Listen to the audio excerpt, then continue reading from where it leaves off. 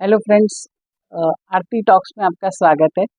आज big boss 17 के लिए हम लोग करेंगे मनारा की बात।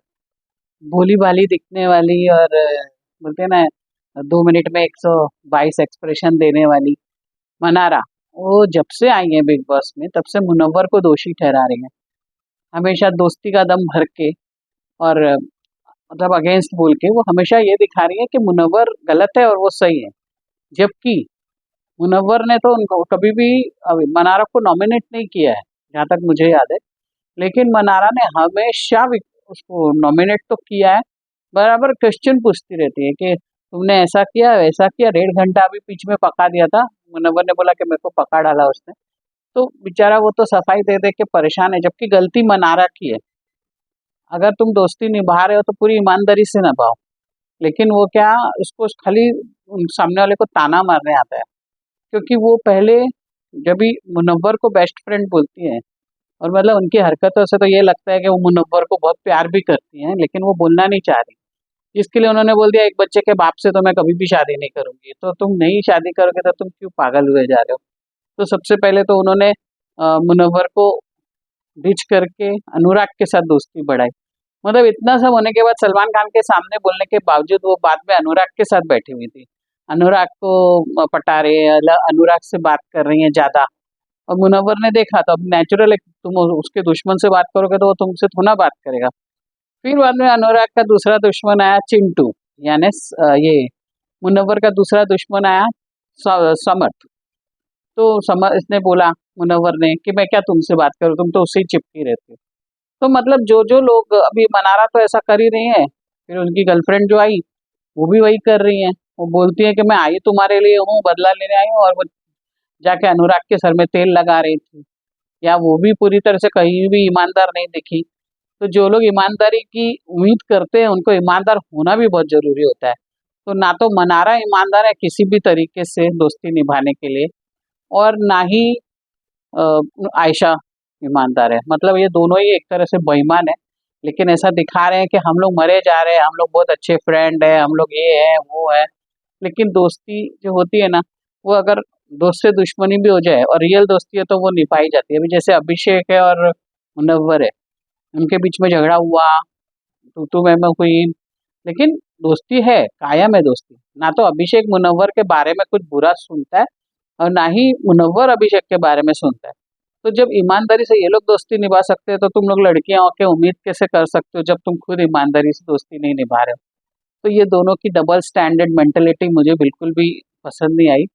और अगर मुनव्वर को लोग दोष दे रहे हैं कि वो ये है, मतलब लड़कीबाज है या जो भी है, तो मैं पूरा एपिसोड में, मतलब मैंने देखा जितना भी 17 का एपिसोड है, मुनव्वर ने किसी भी लड़की को टच करने की कोशिश नहीं की, ना बदतमीजी की, ना किसी को जाके चिपका, जैसे कि बाकी लोग कर रहे हैं वैसा।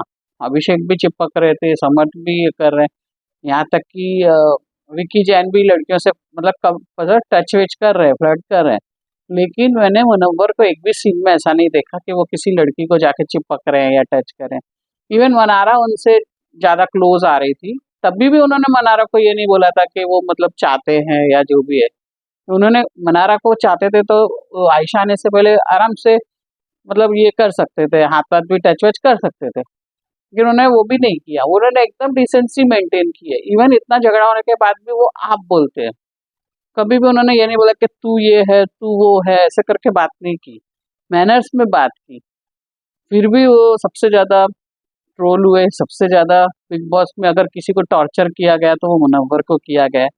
अभी वो विनर बनते हैं, लेकिन एक बात ये भी है कि इतना टॉर्चर के बाद या उनकी इमेज को इतना ज्यादा खराब करने की कोशिश की गई है बिग बॉस 17 में, कि शायद उनको पता होता तो वो बिग बॉस में नहीं आते। क्योंकि पैसा तो बाहर से भी कमाया जाता है, लेकिन इज्जत बाहर मतलब एक बार चली गई, लोगों की इमेज बन गई वैसी। लेकिन मतलब बोलते हैं ना, सच्चाई कभी छुपती नहीं है। तो वो मुनव्वर की इतनी बेइज्जती होने के बावजूद लोग मुनव्वर को पसंद कर रहे हैं। बाहर लोग कोई भी नहीं बोल रहा है कि वो खराब है, सबको उनसे सिंपैथी है। तो उस हिसाब से मुझे लगता है कि विनर वही होंगे, या तो वो विनर हो सकते हैं या बहुत ज्यादा चांसेस अभिषेक के भी हैं। तो ये तो आने वाला वक्त बताएगा। लेकिन मुनव्वर को लेके मुझे बहुत अफसोस हुआ। जब मैं ये नहीं बोल रही हूँ कि वो सही है या गलत है, लेकिन इतना ज्यादा किसी को जलील करना, बेइज्जती करना किसी गेम शो के नाम पे, वो भी बोलते हैं ना इंसानियत नाम की भी चीज होती है। पैसे इतने इम्पोर्टेंट नहीं होते कि तुम अपना जमीर मार दो या तुम अपनी अच्छाई मार दो। ये बिग बॉस में बहुत देखने को मिलता है।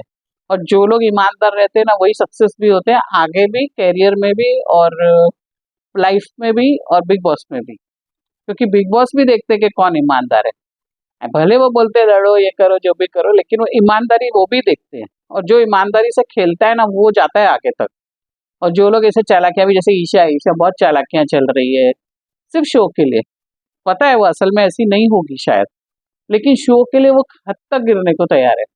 तो वो सब मतलब थोड़ा सा, माना कि पैसा बहुत इंपॉर्टेंट है, लेकिन उससे भी ज्यादा इंपॉर्टेंट होती है इज्जत, जो कि एक बार चली गई ना।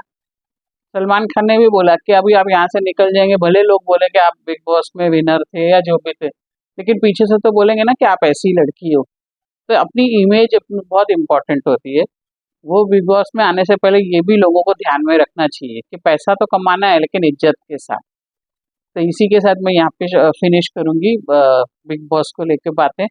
और अगर आपने मेरा चैनल सब्सक्राइब नहीं किया है तो कर दें और बेल आइकन भी जरूर दबाएं। Thank you very much.